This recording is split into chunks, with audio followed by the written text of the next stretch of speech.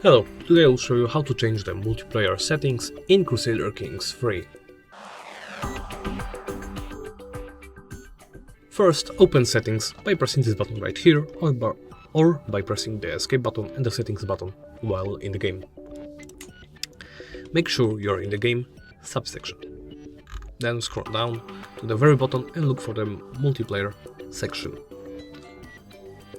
Here you can change the file transfer speed from low to high and enable or disable rich presence. It shows information about your current play session to your friends if your platform supports it. And, well, that's it. Thank you for watching. Simply press OK when you're ready, and I will repeat myself. Thank you for watching, and please remember to comment, like and subscribe.